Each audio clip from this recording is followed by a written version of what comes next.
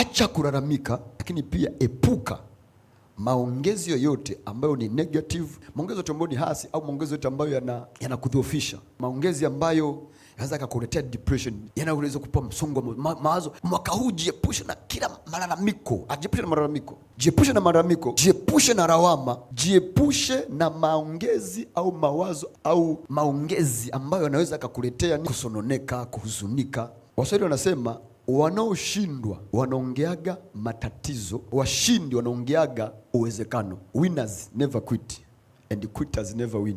Kwamba wale wanaoacha jambo au wanaotoroka jambo, wanaokimbia kwenye jambo fulani huwa hawashindi, na wale wanaoshinda ni wale ambao hawaachi jambo. Wakikaa kwenye jambo, haijalishi ugumu upo kiasi gani, anakomana na anatoka akiwa mshindi. Unapokuwa na fikra za kuwa juu tu na moyo wa kuwa juu tu, siku zote tunasema hivi, hii inawezekana. Ndio lugha, kuwa na lugha ya kuwezekana, kuwa na mtazamo wa kuwezekana, kwamba hii inawezekana, hili jambo linaweza likafanywa. Usikate tamaa mwaka huu, kukata tamaa. Mungu akishasema utakuwa juu tu, hautakuwa chini. Huo uwezo wa kuwa juu tu umo kwa kwenye jambo lote ile maisha yako, kwenye lote ile maisha yako. Kataa kukata tamaa. Mwaka huu usiongelee magonjwa, usiongelee maradhi, ongelea uponyaji. Acha kuongelea magonjwa, anza kuongelea uponyaji. Biblia inatuambia hivi, kila aliye dhaifu aseme mimi ni shujaa. Maana yake ushujaa hautakuja mpaka kwanza umesema. Anaposema mimi ni shujaa, ushujaa unakuja kwenye maisha yake. Kila aliye mgonjwa aongee uponyaji. Wajua wanadamu, kuna namna shetani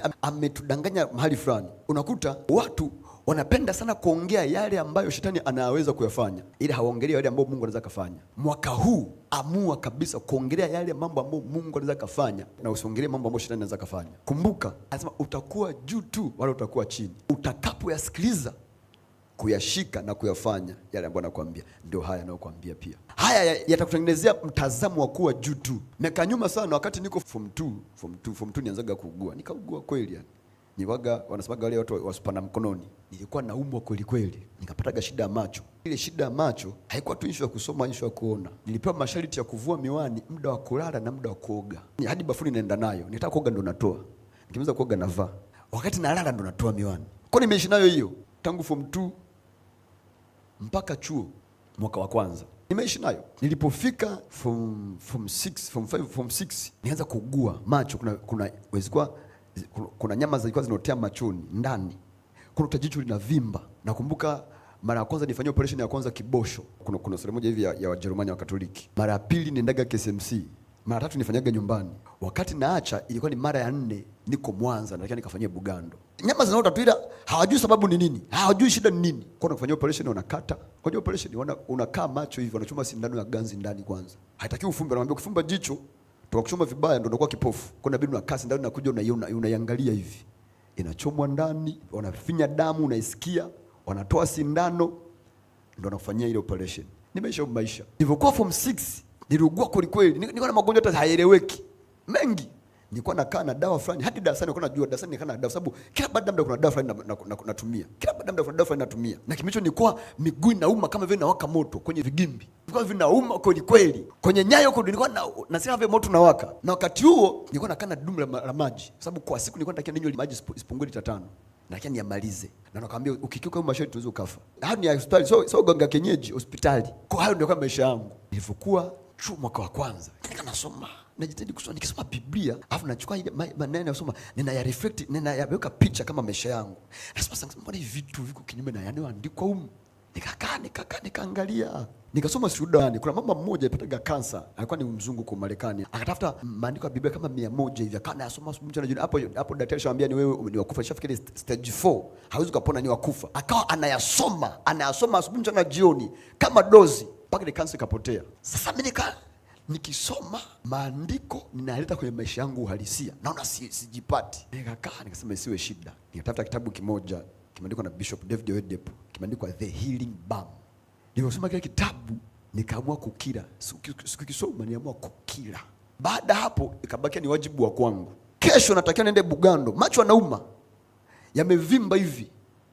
Siwezi kuishi bila miwani. Kichwa kinauma kweli kweli. Ningesema pote ya pote. Ningesema kufa na nife. Ni either nife au nipone. Ila enough is enough. Cha kwanza nikavunja miwani.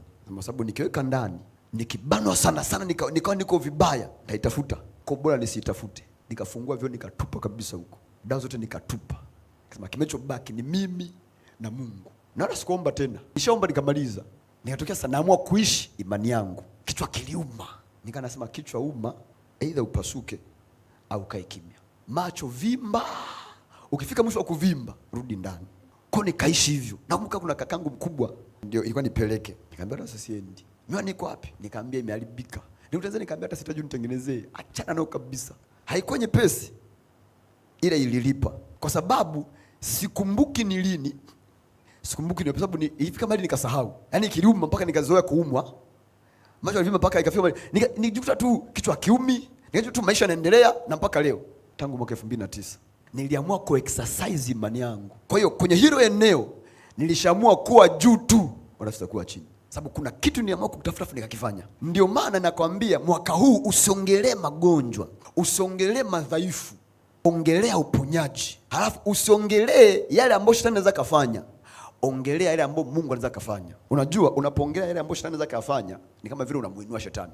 Ukiongelea yale Mungu ambayo anaweza kufanya ni kama vile unamuinua Mungu. Kwa Biblia inasema mtu akininua na mimi namuinua. Kwa hiyo mwaka huu usimkuze shetani, mkuze Mungu. Sikiliza, maneno yako ni kionyesho cha wapi moyo wako ulipo. Biblia inasema kila mtu katika hazina njema moyo wake hutoka leo mema, na katika hazina mbaya mtu hutoka leo mabaya. Na Biblia inasema kinywa cha mtu hutamka yale yajazayo moyo.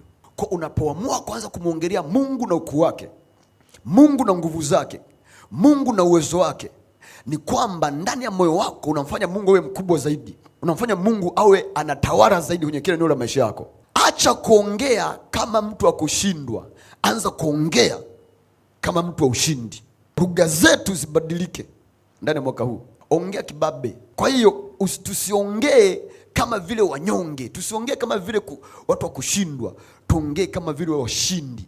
Biblia inatuambia tunashinda na zaidi ya kushinda katika Kristo aliyetupenda. Waraka wa kwanza Yohana sura 4 mstari wa 4 inasema ninyi watoto msiogope, kwa maana mmekwisha kushinda ulimwengu, sababu aliye ndani yenu ni mkubwa kuliko katika dunia. Anasema mmekwisha kushinda. Kwa sio kwamba tutashinda, tumeshashinda tayari. Sasa anaposema ninyi watoto msiogope, kwa maana mmekwisha kushinda ulimwengu, mmekwisha kushinda ulimwengu kwa sababu, anakupa sababu, aliye ndani yenu ni mkubwa kuliko katika dunia. Maana yake kwenye kila changamoto, kwenye kila challenge, wewe ushatangazwa mshindi. Kwa hiyo ni kurelax na kutulia, hakuna kupaniki. Ukijua haijalishi hali inayonizunguka, haijalishi ugumu wa jambo, mimi ni mshindi. Mimi nimeshinda sababu ushatangazwa mshindi. Sababu ushindi hauji kwa nguvu zako, unakuja kwa nguvu za ndani yako. Sema alienda, kwa maana aliye ndani yako. Unajua alijua akituambia mmekwisha kushinda bila kutupa sababu, hatutaamini.